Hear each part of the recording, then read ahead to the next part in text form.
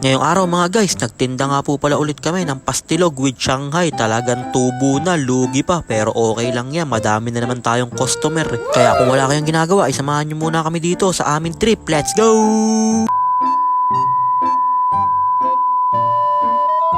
So ayun po ito na nga po pala yung mga napamili namin ni mama sa may palengke, kaya uuwi na nga din kami para ma-ready na yung mga gagawin namin. At hindi na ako nakapag-video dun sa iba dahil tinatamad na ako, kaya nagluto na nga lang ako dyan ng Shanghai dahil meron na nga order. Alas 7 ng gabi na nga din pala kami nakapagtinda dyan dahil madami nga akong ginawa kaninang maghapon. Pero okay lang yun kasi pag gabi nga saka nagugutom yung mga tropa pits natin, pagka yung gabi na saka sila naghahanap ng food trip.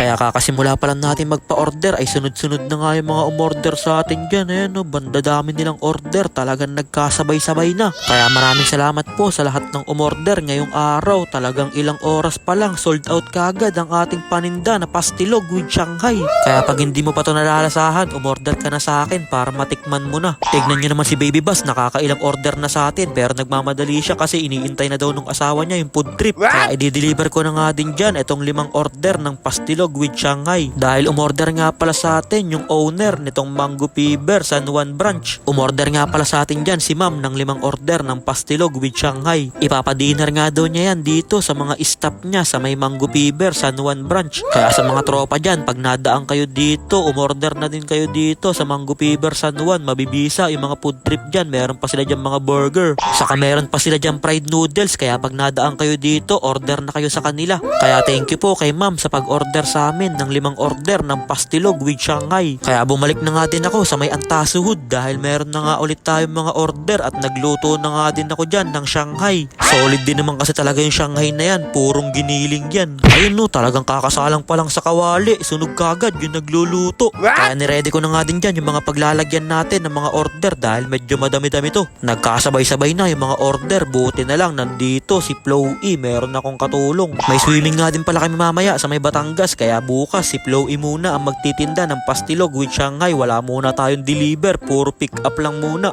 Malapit lang naman ang pick upan, dito lang yan sa may Antasuhud. At dahil tamang food trip ang mga itik, kaya naglagay na nga ako dito ng yelo sa may magic water. Ayan para mainit na tubig lang pero may yelo na malamig. Kaya tinitignan pa nga yan ni Montag, sabi niya ano ba yan, nagtitrip ka ata eh. Pero sabi ko dyan kay Montags, okay lang yan, baka mabulunan na si Kuya JC, wala siyang tubig. Wala pa nga lang kaming pitchil, hindi pa tayo tumutubo ng maganda kaya wala pa tayong pambil ng pitchil. Sa susunod high-tech na yan, meron na dyang water jug. Sabay may umorder pa nga sa amin dyan ni Flow E ng tagda 2 order ng pastilog with Shanghai at mukhang sold out na nga tayo. At pagka-deliver nga ni Flow E dito sa may Cortez ay umuwi na nga din kami sa may Antasuhud. Sabi ko sa kanya, ako na lang magdi-deliver nung iba, susunduin ko din si Germany. Ganun dapat, kahit sobrang busy natin, wag natin kakalimutan sumundo para hindi tayo awayin. Kaso lang, kahit araw-araw mo sunduin, lagi ka pa ding aawayin. Kaya po, salamat po ulit sa lahat ng bumili, bukas po ulit. Kaya yun lang mga guys, maraming salamat nga po pala sa walang sawang pagsuporta at sa palaging panonood. I-follow nyo na si Ninin Vlogs para sa mga susunod pang vlogs. Mag-ingat po kayo palagi. Bye bye! Yo!